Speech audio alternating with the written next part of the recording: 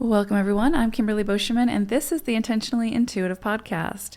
In this episode, we are going to take a look at the numerology of Pluto dipping into Aquarius from March 23rd, 2023, through June 2023. Now, I know that, there's plenty of resources out there that address this and what to expect, but I wanted to, again, sort of look at the energy with the numerology because I find it kind of interesting what's being highlighted. So I want to share that with you, and then I will also break it down for each life path number so that you can kind of understand what you might expect on a more sort of concentrated personal level with these energies. So Pluto's stay in Aquarius for the next couple of months anyway will give us a taste of what we may further expect or what might be highlighted when Pluto ingresses into Aquarius for its more lengthy stay of 20 plus years, which will begin March 2024. So this sort of grand entrance on March 23rd, 2023, highlights the energies of the 15-6 collectively. So we'll all feel this influence to some degree, even if it's more subtle. Because again, this is a lengthy stay. Pluto moves very, very slowly. And so the effects are not typically felt right out of the gate, although sometimes it can be. But a lot of times it's more progressive, right? But we will all feel this change and transformation because Pluto signifies death, transformation, rebirth, right? So whatever it touches, it's going to transform in some significant way. And so in the case of numerology, it's touching or highlighting the energies of the 15-6. So when we look at or break down the energies of the 15-6, we have the energies of the 1, the 5, and the 6. So the 1 is going to bring into focus independence, autonomy, self, the power back to the individual, right? Transformation, change in, again, shifting the power back to the individual. Taking responsibility for our own life and the direction of it, right? Taking an initiative, being more assertive and more direct within our communication of what it is that we need and what we will or will not tolerate, right? What it is that we will sort of compromise on or not compromise on, and what we won't sacrifice for when it comes to what we need in order to thrive. The 1 energy is going to influence or sort of bring into focus stepping outside of our comfort zone, taking appropriate risks to create a better way of doing things, not just for self necessarily, but for the good of all. So being assertive, taking those risks, taking the initiative, again, to come up with resources, solutions for the greater community. The 1 energy can emphasize confidence in finding our voice and using it.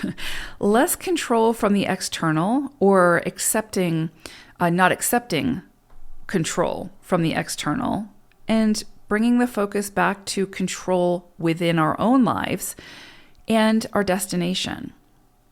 We can see shifts around the 1 energy in how we own our own space and how we show up in the world, honoring our own unique identity and our own unique contributions. We'll be asked with this energy to take responsibility for those actions and take accountability for how our actions affect the all. Now, the 6 energy emphasizes emotions and how we work with those charged energies, taking responsibility for working with them and managing how we express them, using that energy for good rather than destruction and separation. Now, again,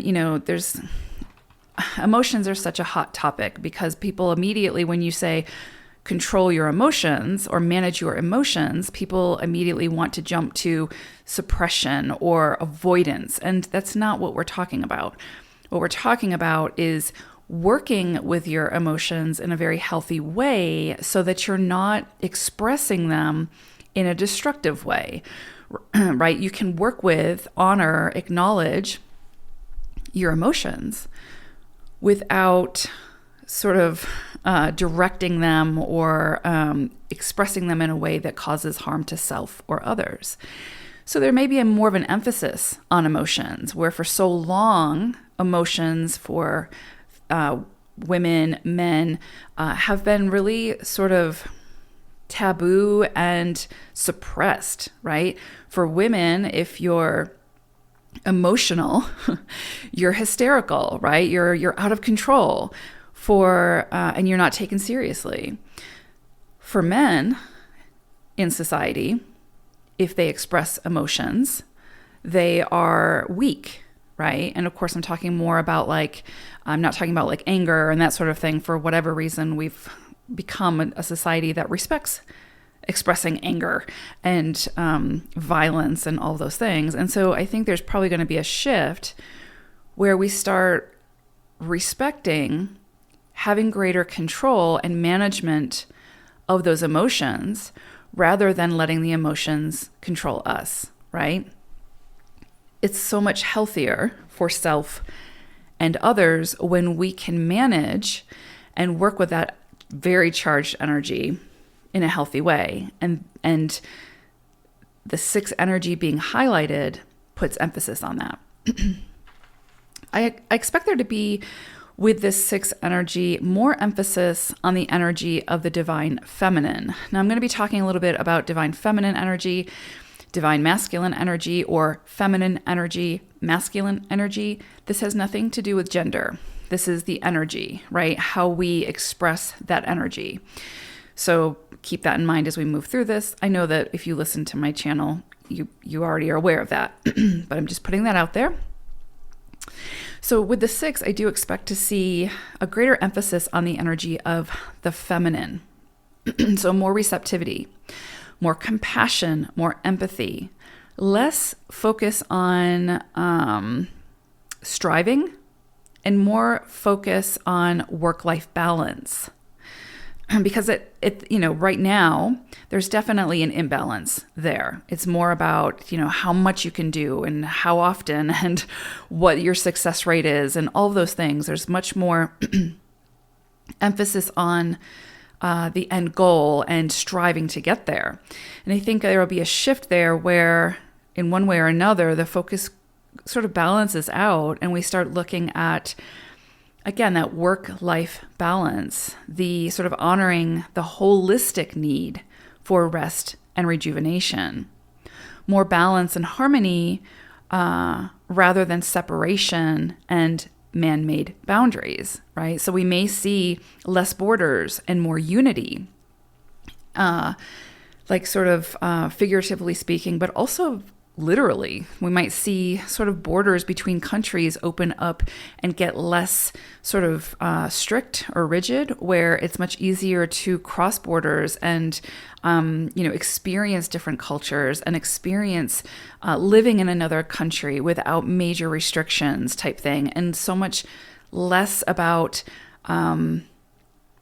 this is like ownership, like this is mine, so you can't have it type thing, right? And it's like, more openness when it comes to, just resources and, again, sharing wisdom and knowledge and all of these things that to some degree do have a level of restriction, right? There's definitely very strong man-made boundaries, whether you agree with it or not, that separate countries, right?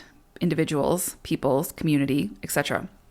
And I think that with the emphasis on the 6, there's going to be much more about the greater community. So a greater coming together. So lessening of those borders. Again, whether you like it or not, this is the energy that's being highlighted.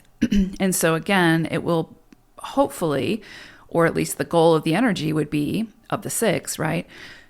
is to bring people together, to work together more and be less divided. And so that brings into focus man-made boundaries and alleviating them or lessening them in some way to, again, find balance. I believe under the sixth energy, we'll see a deeper understanding of the needs of others. And again, the greater community, taking into account other perspectives, other ideas. This is a big one. And this is something that we're not very good at. We try to be, but it's definitely something that needs to come into balance, right? And I think the energy of this, Pluto highlighting this sixth energy is going to bring that into the focus. Now, the 5 brings the change, brings the transformation, brings the unconventional ideas. And so one of those things would be like if you felt sort of some kind of emotional charge about me talking about man-made boundaries and, countries opening their borders more and being a little bit more open with that. This is an unconventional idea, right? I mean, other people have had it, obviously, but it's like one of those things where it's outside the box. It's outside the norm. It's outside of the way that we've always done things. And so the 5 energy is going to ask us to think differently, to do differently, come up with those unconventional ideas and then do something with them to assist in merging the energies of the 1, which is more masculine energy of action, self-giving, with the more feminine energies of the 6, receptivity, stillness, compassion. Pluto in Aquarius has the potential over the next 20 plus years to lessen the gap between the divine feminine energies and the divine masculine energies, to create greater balance and harmony in how we honor self and how we honor others in a more elevated way. So we hear a lot of people talking about the rise of the divine feminine, and really what the potential is that the focus or the emphasis on the masculine energy will start to lessen as the feminine energies begin to rise, and they will meet somewhere in the middle, right? Balancing those energies, because if we have too much of either, it's imbalance, it's disharmony. And so the goal, and Pluto is always, the goal of Pluto is to come in, dismantle, and then force rebuilding of something for it to become more spiritually elevated, to step into a higher octave, right? So where there is imbalance, Pluto will come in and sort of rip it apart, break it back down to its core, and force us to rebuild in some way. But the goal, though it can be challenging when we're in it, is to get us to collectively a higher octave, right? A higher consciousness, an elevated state of being. So it completely makes sense, given the imbalance between the feminine and the masculine energies, that Pluto would come in and put a focus on this in the age of Aquarius, which again is unconventional thinking, doing things differently, taking into consideration self and all. So big energies that we're working with here for the next 20 plus years. And I will say that change does not happen without resistance. So we can expect, with 5 energy, we can expect the unexpected. When it comes to those not ready or willing to meet in the middle, some people do thrive off of separation and won't give in easily. But Pluto is a relentless energy, and so is the energy of the 5. So though it will probably, likely be slow and progressive and not without chaos and conflict, when, this transit is over, we'll likely see greater balancing of these energies collectively than we have ever seen, in thousands and thousands of years throughout history. I certainly hope so anyway. Okay, let's go ahead and take a look at how these energies may affect each life path number. Life path number 3. So you all are going to be working with the energies of the 9 under this transit, this very long transit. And so for you all, there will be a sort of an emphasis or transformation on how you sort of give back to your greater community, your involvement with helping to empower others, helping to build a greater community, bringing people together, which is beautiful because for 3s, this is such a great opportunity for you all to use your networking skills, your ability to bring people together, your very creative energies, your ability to communicate the written and spoken word, to hopefully, again, bring people together, to serve a greater purpose that's bigger than you. And that's really what it comes down to with 9 energy. You will be asked over this next 20 years to contribute in some way that is very beneficial to someone more than self, right? That's just to something bigger than self, basically, right? And so 9 is that of the humanitarian. So there will definitely be an emphasis on how it is that you're putting your message out into the world, and what's the intention behind that message? What are you looking to create, and what's the impact or potential impact of that? There could potentially be some very strong completions at this, during this next 20 years. So you might see, people, relationships fall away.